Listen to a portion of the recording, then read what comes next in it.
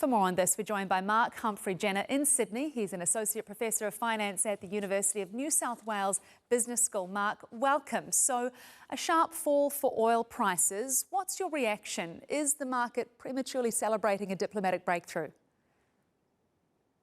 Well, firstly, thanks for having me. And it perhaps is a little bit too early to say whether we're going to have a breakthrough. If we look at the oil price time series for the past couple of months, we can see ebbs and flows of oil prices as we've neared a breakthrough and then backed off a bit.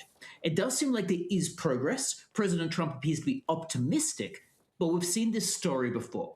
Nevertheless, if things do materialize, it is coming just in time for the winter in Europe, for example, or for Southeast Asia, where oil supplies are reportedly running relatively low. So it is good news, but perhaps a little bit too early to say whether it will ultimately cause a breakthrough.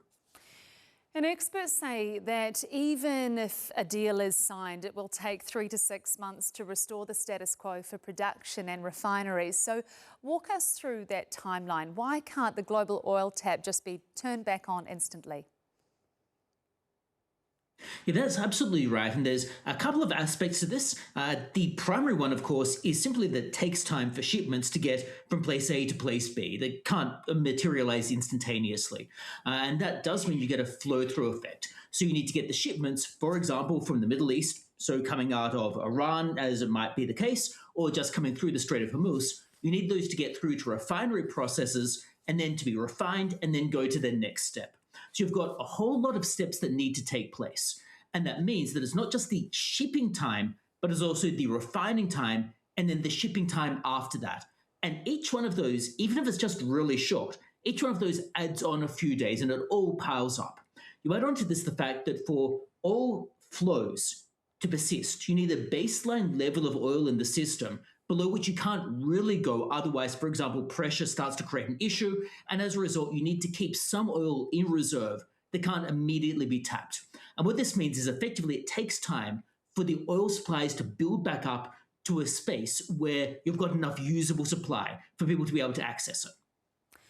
All right, and we've seen a massive shift in global energy flows, of course, with the Atlantic basin exports surging to fill the void left by the Persian Gulf. So once the strait reopens, does the US keep this newly won market share in Asia, or do trade flows snap right back to the pre-war norm?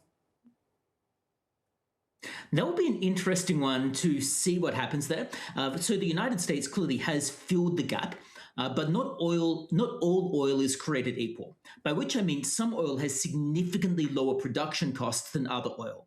So if the United States has a higher production cost and then the world price goes down, well, some production is going to go offline. And ultimately, some production in the United States is more expensive than oil coming out of Iran or other parts of the Middle East. We can think about this just in terms of labor costs. The United States has significantly higher labor costs, meaning they're going to need a higher world price for it to really be viable for some of that production to occur.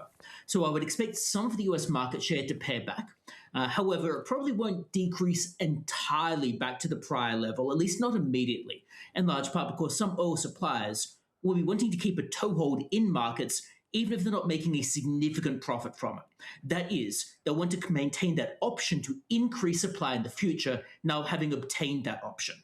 So we're going to see the US market share decrease a little bit, but I don't expect it to eliminate or go back to exactly the low level it was before the crisis. Mark Humphrey-Jenner live there from Australia for us. Thank you so much. Thanks so much for having me. Great being with you.